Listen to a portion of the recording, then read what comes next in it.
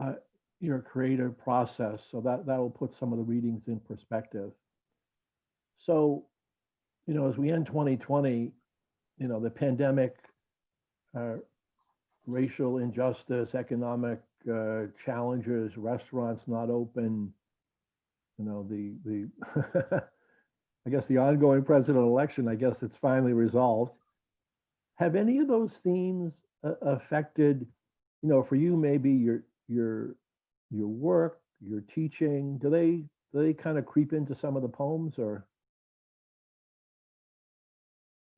Definitely, definitely. When the lockdown started, I thought, oh, I've got this. I mostly sit and read and write and teach. But all it took was a few Zoom sessions of people leaning in, and it's like the images that are feeding us are so odd and isolated. And it took, I think, a lot of people a long time to get used to the Zoom and screen world. And it's pretty amazing to me how we have found ways to be present with one another, despite the fact that it's on a screen. Yeah. It's pretty marvelous. It's not like we're trained actors and know how to convey emotion through how we present ourselves to a camera. Um, it's also made me more meditative, contemplative. Um, I'm really big on stimulus and feeding myself a lot of materials and research and stuff like that. And I find that hyped up gear that I tend to like works against me because there's nowhere to go with it um, except on the page. And then I don't know, it took me a while to sort out the inactivity because I like to go out and get lots of stimulus from things and people and stores and streets and hubbub. I like to write about hubbub, and there's no hubbub going on right now. Um, so that has slowed things down. Um, and it's made me think about the generations a lot. I have 4 teenage grandsons who are in high school and middle school, and their social life, which is so essential, at that development stage, has been halted. So who am I to complain? I'm like an old person in Miami, like, you know, I can relax and just enjoy it, whereas they're not so much enjoying it. I can't hear you. Yeah, no, I just turned it on. Oh, Yeah, my dog's lying on the couch, and she has a tendency to scream at UPS trucks or anyone else coming up and down the street. So I'm trying to limit the okay. the dog chorus during the program. So how does you talked about the hubbub. Is that usually the triggering kind of experience that starts a poem for you? Definitely, definitely. You asked to think about themes and stuff, and so much of I think writers love to be asked those questions. And some of the things I came up with was, floods. I come from the Midwest where the Missouri and the Mississippi join, and there's always stuff floating down the river. And when there's floods in the spring, it just takes with it whatever it can carry. Yeah. That really speaks to me, and as does the painter Bruegel's paintings are just crowded with people doing pretty pedestrian things and some crazy things. And his paintings are so crowded with peasant life. All of that hubbub really speaks to me. I didn't grow up with like a million brothers and sisters, but I don't know. I just like that interaction of things bouncing off each other. And I find that when I do too much research, then things get funny also, because you can get those mishmashes of Bruegel and Kmart, or, a fifth grade textbook in 1935 with I don't know, a poster from yesterday. I like all that mixing up of things. No, that's great. So, and after many weeks, we've heard that poems are never really complete. They may be resting for a while until they get revived. So, is there a way, because you've obviously you've published a lot of things. Is there a way that when something is complete for you? Yeah, I mean, I'm a late bloomer. I didn't really start being able to take my writing seriously till my mid 40s. My first book came out when I was 60. And so I had a lot to say. I think I had been writing in my head all along. So I'm not a torturous, I don't have that torturous process of 75 drafts and then go back. It kind of comes out of me there, Right. the essence of it. And the first experience of putting a manuscript together, fortunately, was a thematic one on the World's Fair in St. Louis, where I grew up. And so that cohered on its own, just naturally. After that, I've had input from a lot of people I've worked with, workshops and writing partners, and they read you in a way that you don't. They're reading as a reader, and that's where the poem completes itself. I don't think I would have been able to put together a lot of the collections if I had not had that intense work with other people who were very generous with me. It's a wonderful symbiotic relationship. Nice. Good. No, you've given us a great background to work with. So why don't you read us some of your work? Okay. All right. Well, I talked about the river, the Mississippi River. I grew up in St. Louis, and that looms large in my life. So I'm going to start off with a poem about the Mississippi, which the word means father of waters.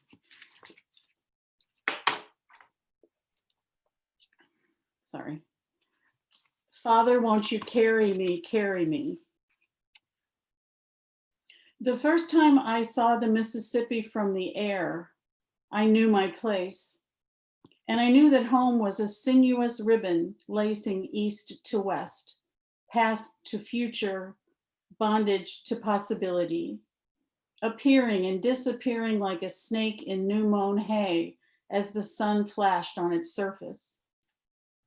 Many times I have crossed the bridges that take me home, then take me away, by car, by train, and even on foot, the current electric beneath me, as St. Louis crouched on the western bank like a weary roustabout.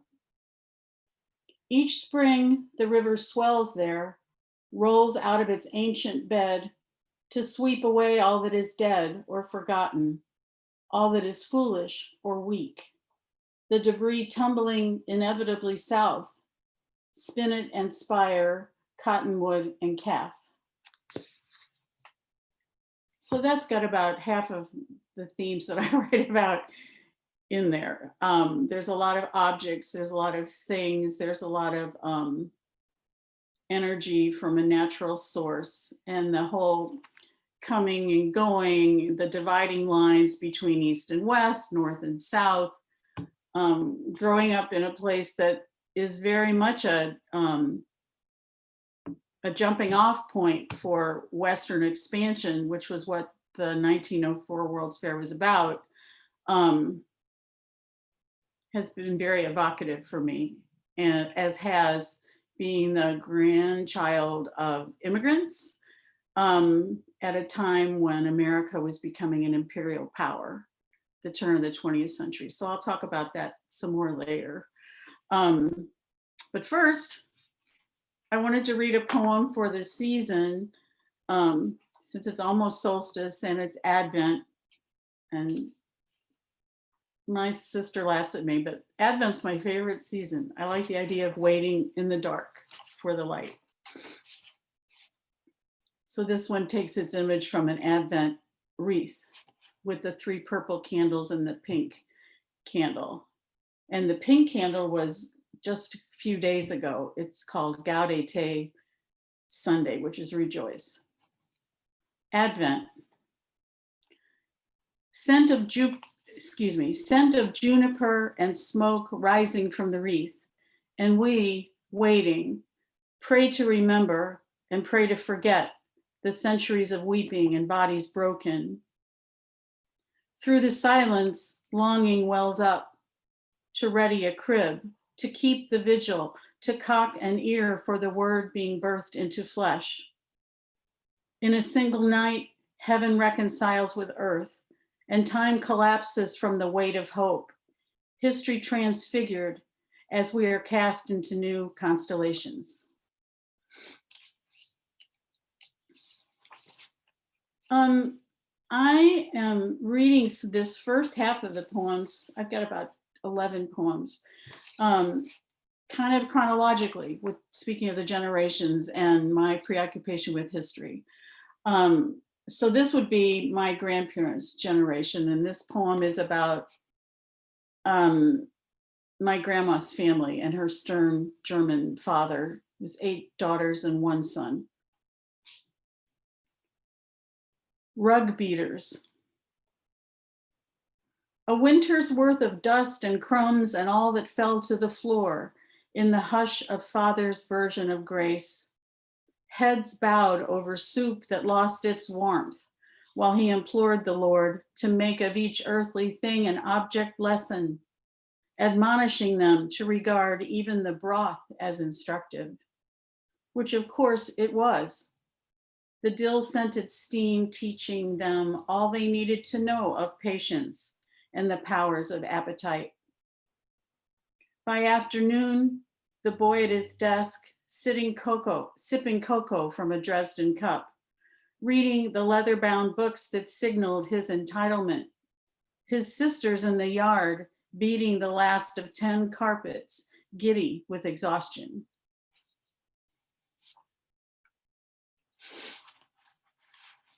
And this one is about that woman and her husband. Their nicknames were Doodles, the woman, and Dode. Obviously, they were fun-loving people to have nicknames like that. And Doodles, my grandpa, was a pharmacist, so he had a drugstore and sold a lot of sweets and candies and was a sweet man himself. Yeah, I'll just read it. Doodles between the first Great War and the next. Fatherhood arrived on a tide of sweets, Milky Way, Lifesavers, Baby Ruth, root beer floats, lemon phosphates. Doodles, the buoyant, the unflappable, the happy man. So confectionery, Dode sighed. The cousins and uncles, the in-laws and maiden aunts sprawled beneath a cottonwood, dabbing chicken fat and beer from their lips as Doodle waded into the Merrimack River. Floating on his back, he bobbed on the current like a lure at the end of a slack line, glad to escape the city. A proprietor now, a man of means with a store that grew busier by the day. The soda fountain a refuge for secretaries and postmen, milliners and mechanics, the counters heaped with ponds and wildroot, Zippo and beechnut products, the stockroom jammed with jars of lanolin, boxes of mineral salts, bottles of paregoric, of tincture of iodine, of quinine, of gentian violet, and stashed away on the highest shelf, the brick that had broken the glass storefront, still wrapped in paper upon which was written, Kaiser Lover. Baby powder and aspirin, chewing gum and witch hazel, abundance and shame, all of it piling up like debris in a spring flood. So that's an example of just heaping of details and physical objects. And I often strive to tell the big story through the little story. Trying to talk about World War I as an abstract idea isn't that interesting until you realize a person was a victim of a hate crime, and we don't think of Germans as being victims of hate crime, at least at that point in history. So that was his experience before the Depression. This next poem is of the era of the Depression that takes place in Asheville, where I used to live and teach. Sorry, where is it? Sorry. I'll skip it. I'll find it in a minute. All right, this one is from the book about the World's Fair, which is a square book, which is unusual, and I really like it because it is square. It was my first book. And it also has photographs in it, like of Geronimo, who was at the fair, of pygmies dancing with people in St. Louis down the street. And this poem is about,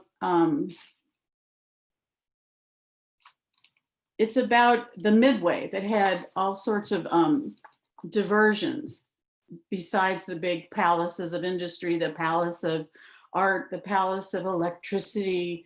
And on the Midway, the things were considered more fun.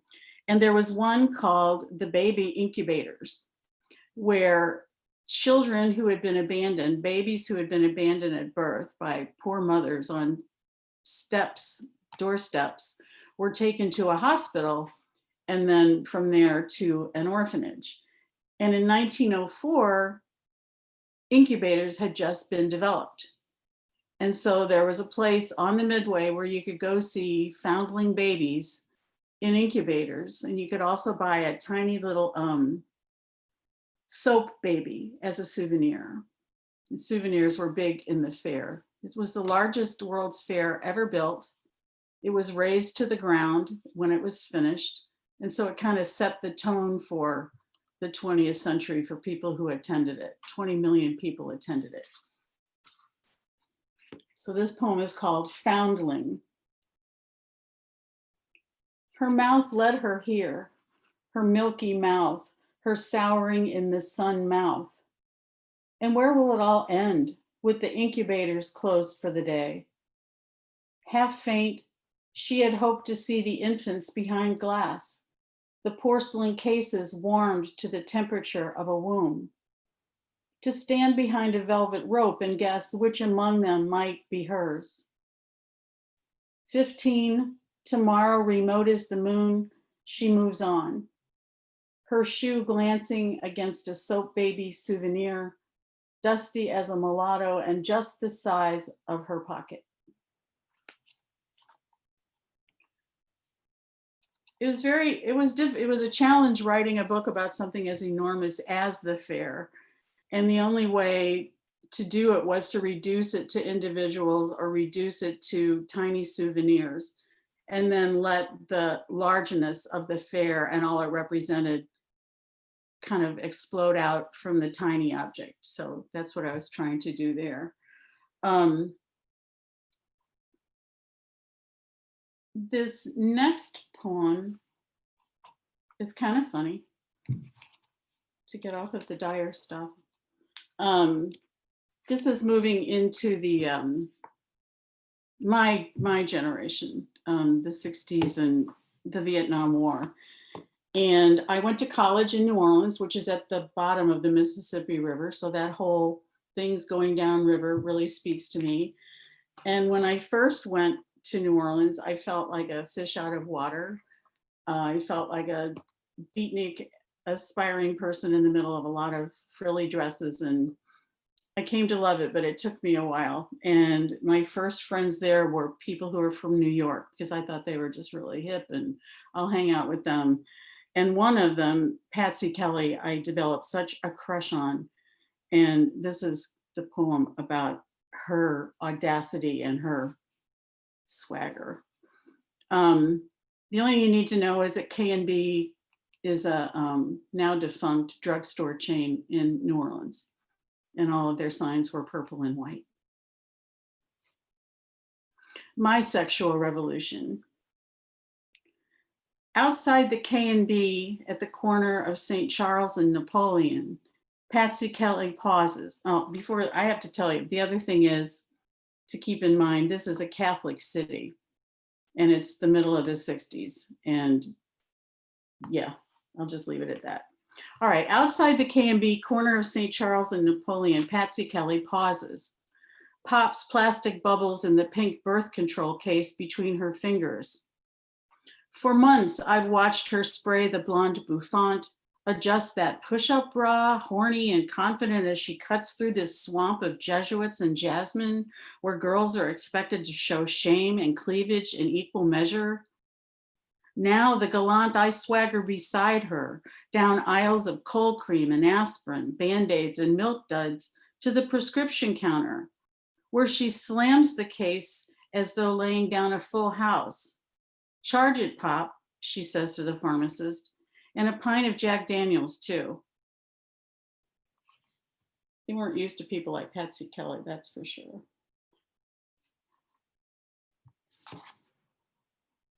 I just have to say it's weird not seeing people, but I know you're there. And this poem was a poem that was practically given to me. I was listening to an NPR story, a feature of the Kitchen Sisters. They have a series on people's relationship with foods and that kind of stuff. And it was a man who was remembering when he was in Vietnam, he had broken up with his girlfriend, his parents weren't writing him. And in his unit, if somebody died and they got a package, they would give a package to whoever didn't get mail. And so he gets this package. And he writes the woman who sent the package to say how sorry he was that he got, it was a cake, that he got the cake because her son had died.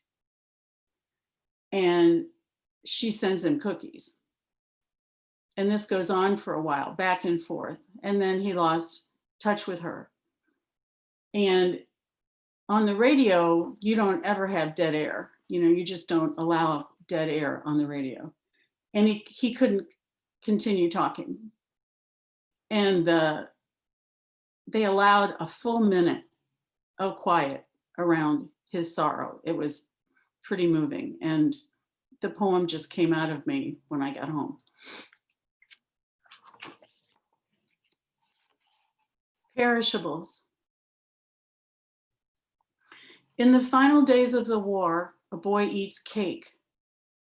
A cake from the saddest mother, a woman unaware that her own son has already bled into history.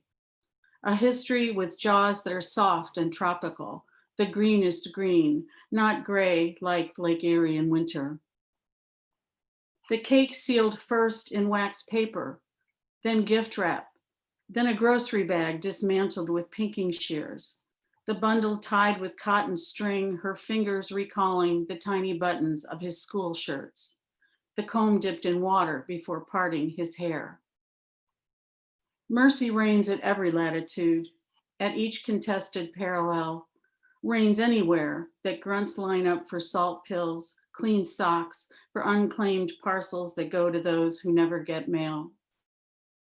Cake sweetens the mouth of a boy the woman will never meet. A boy who tastes in the kindness of strangers, the complications of survival. A boy who in manhood will crumble each time he tells the tale.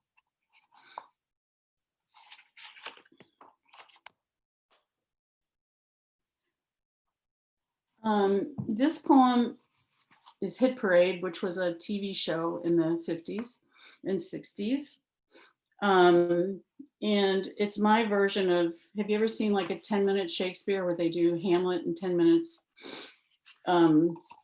That's funny, but this is less than funny. And this is one stanza, and it's, to me, the history of that very peculiar time. And it's also pretty resonant because this year is the 50th anniversary of the Kent State University and Jackson State University killings during the Vietnam War. Hit Parade.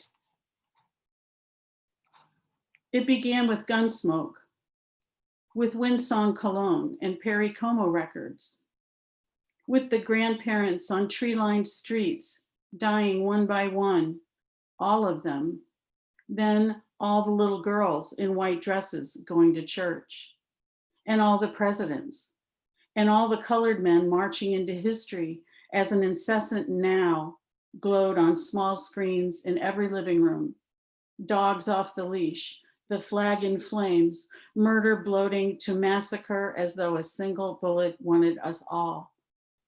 The co-ed bleeding into the grass of an Ohio hillside, and the naked child on fire on the other side of the world, running toward the camera, our entire past melting into abstraction.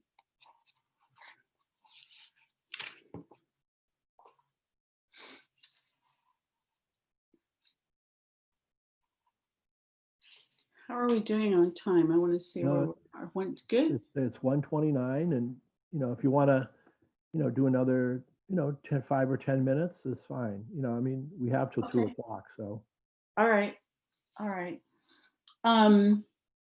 This next one, I mean, especially after the harder historic poems, is it tumbles down the page. It's not a block like most of my prose poems are, and it's long lines. And again, it's like this flow in the river and stuff being carried away by the river. And it's an homage to H. Lee Waters, who was an itinerant filmmaker and photographer in North Carolina in the 30s and 40s. And he would go from town to town and take footage for a couple hours, and then he would show it before the feature at the local movie theater. And of course, it brought more people into the movies because most people had not seen themselves on film. Anyway, all of his movies, and there's no sound to them. It's like immersing yourself in a day in Raleigh, North Carolina, or much smaller towns actually. But the thing I loved about it is I have paid a lot of attention teaching documentary, so I pay a lot of attention to pictures and movies. And people, the subject of photographs and movies reflect, as well as their own stuff, the gaze of the person looking at them. And there are certain photographers, and H. Lee Waters is one of them, who is in love with the people he is photographing. And it just shows on their faces, even when they're annoyed. What are you doing? Why are you invading my privacy? Oh, that's fun. All these faces reflect his cherishing of them as they, the flow of people goes by on market day. So this is called Kannapolis, which is a town in North Carolina. Kannapolis, 1941, Reel 2. And all of these films, by the way, are digitized at Duke University. You can watch them to your heart's content. Kannapolis, 1941. So beautiful, the men in hats, the straw boaters and fedoras and caps. So beautiful, the ladies in ladies' dresses, summer cottons, dotted Swiss, gingham checks, rowdy plaids. So beautiful, the string bag of onions and the basket of canned goods and the boxes tied with twine. So beautiful, the children holding hands, bashful in front of the camera, two of them toothless. So beautiful, the youth leaving the mill, overalls flecked with thread, sleeves rolled up to show off his muscles, machine oil on his chin.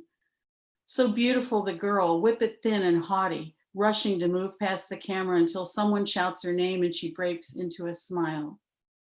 So beautiful, the men smoking on the curb outside the courthouse, the lawyers strolling behind them in a seersucker suit and two-tone shoes. So beautiful, the mule pulling a wagon heaped with cartons of peaches and berries. So beautiful, the driver of the wagon and the mule. So beautiful, the grocer in a pristine apron, unrolling the awnings to protect the lettuce from the noonday sun. So beautiful, the grandma in her house dress and lace-up shoes, a boy on one hand, a girl on the other, each licking a lollipop. So beautiful, the bodies passing by. So beautiful, the haircuts and cloth jackets. So beautiful, the dungarees spiffed up with a Sunday shirt. So beautiful, the plate of navy beans with ham and red-eye gravy and 2 yeast rolls to sop up the gravy. So beautiful, the girls who scowl, the girls who grin. So beautiful, the boy who looks away. So beautiful, the mothers outside the shoe store, gazing at the new pumps and Oxfords behind the glass. So beautiful, the running board where the men rest, chewing the fat, bone-tired and laughing. So beautiful, the tongues licking ice cream cones. So beautiful, the bare arms and sunsuits. So beautiful, the hats set at flirtatious angles. So beautiful, the man behind the lens, the man who loves their flowing by. So beautiful, the river of all their days. Wow.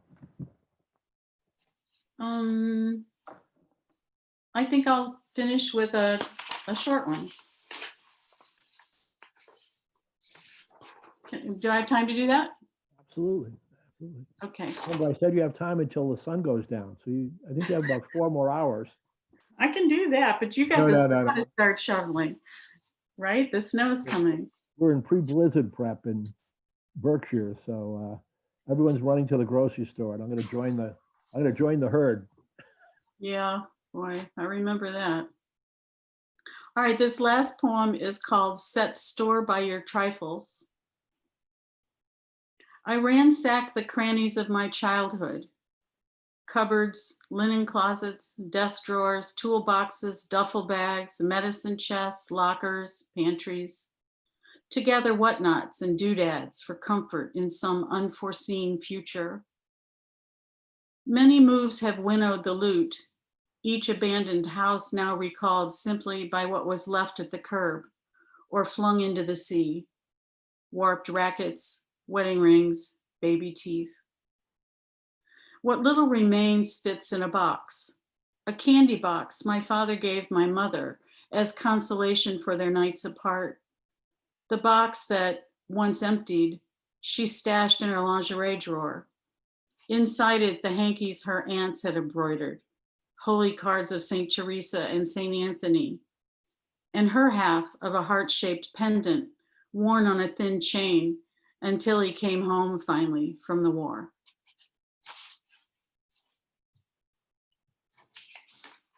Well, thank you. Thank you for, I don't know if a stroll or hubbub you'd be running, I guess, down history, down memory lane. You know, very, some great images. I think that's part of what I like with poetry is the words can create these panoramas of experience for you to look at or experience. So thank you. Thank you. Thanks. When do you want to undo? I guess can people unmute themselves if they? Yeah, people can unmute themselves, and I'm going through and inviting people to turn their cameras on. So, Holly, you can look at us again while people are thinking of potential questions. Very moving. Thank you. Very deeply beautiful work. Thank you. Hey, I've known her all my life. She'll do it to you every time. That's my friend I've known since kindergarten, Damaris. Wow. Hi, Angel Pie. Hi. A letter coming with more notes. Fantastic. Thank you. Thank you. Thank you. Honest to God. You people. Welcome any questions or comments you might have about her reading, her process. I have a question. Yeah. Holly, you know, as poets, we're taught, or at least we used to be taught, never to use the word beautiful in a poem. I don't know if you've ever heard that. I said it. But as poets, we know we always break the rules, and you broke them really wonderfully with the what is it, anaphora with a so beautiful, so, and it was just so wonderfully done. Were you aware at the time? I mean, I know you know what you're doing with the repetition, but were you aware at the time? Was that because that runs through my head when I hear that sort of thing? It's like, oh, great, somebody's breaking the rules here, because I love breaking the rules. Were you aware when you were writing that was sort of happening? No, it was an in-class writing exercise at UM, and we were watching Kannapolis. I just left it on. Yeah.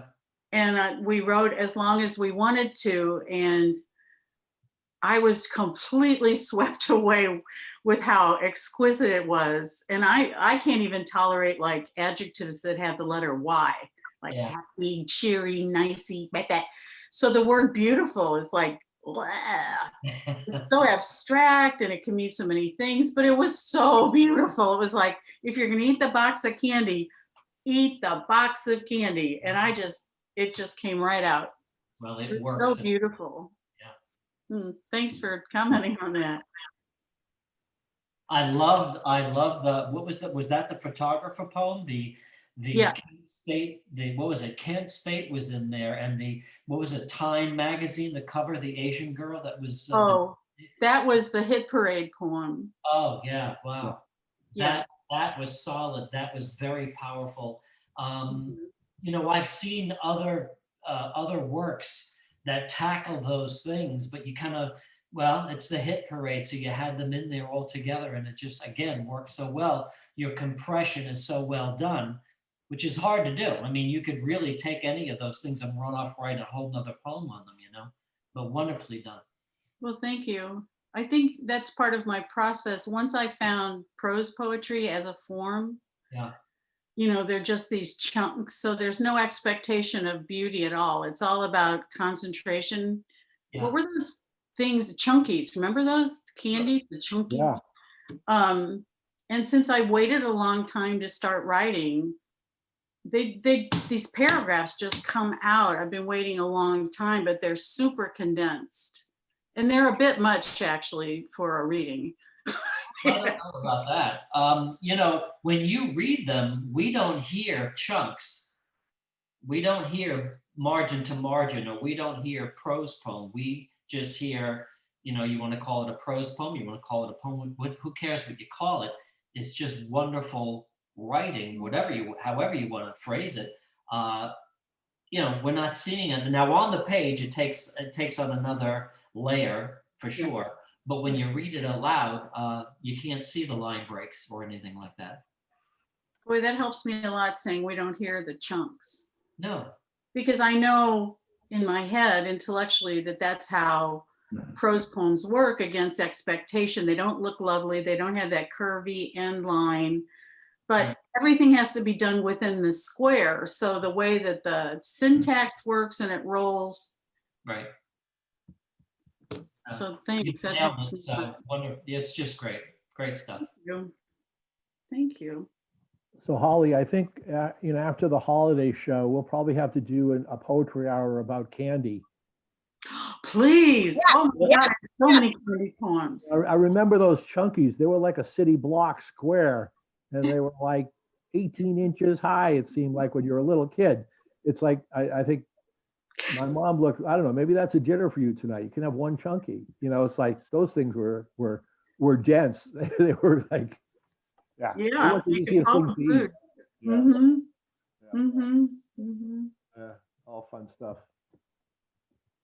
I Yeah. realized reading that one about my grandfather's store also that some of the hubbub and the thingness came out of coming from a retail store setting, all that stock room full of stuff. Constantly counting the things. Anyway. And I didn't realize about, the hate crime portion.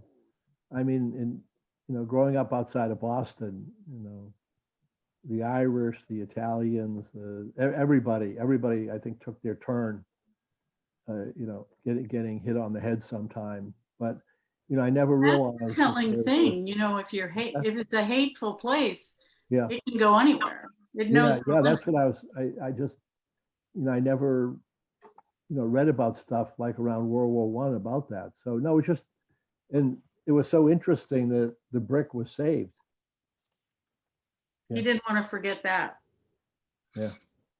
And another part of that long poem is I was trying to figure out why they waited so long after they were married to have my dad. And those 6 years, because back then people had children almost as soon as they were married and had lots of them. And anyway, in the 6 years between when they got married and my dad was born, was the Spanish flu, was the anti-German sentiment where they stopped teaching German in schools and changed street names. A miner was lynched, a white German miner, for not taking loyalty oath, and the massacre in East St. Louis of more than 300 African Americans from the Great Migration who had moved north to work industrial jobs. The neighborhood was burnt to the ground, and they fled across the bridge to St. Louis and were homeless and, trying to find housing. And anyway, so much, if you look at American history from your local point of view, everything happened everywhere. And the hate is not limited. Hate has no bounds, just as love has no bounds. So that's the only reason I bring it up, because Oh, they sure. were the model immigrants and suddenly they weren't. So watch your back, if you're in Yeah. hateful. Yeah, no, very nice, very nice. Hey, I wanted to remind everyone, some people that came on late. Next week, we're doing a holiday community poetry fest to celebrate Christmas, Hanukkah, Boxing Day, Kwanzaa, winter, New Year's. I told Holly before we started the Biden victory. Hey, there's a vaccine somewhere in the future. No, we're focused on the holiday. We wanted a time before we ended the year for people to connect and really share a favorite holiday poem and why it's important to them. So Wendy put the email information there, info@stockbridgelibrary.org if you're interested. We're going to be finalizing, I think we have, 10 now? I think I got think we're up to 10. the rest of my family to do it.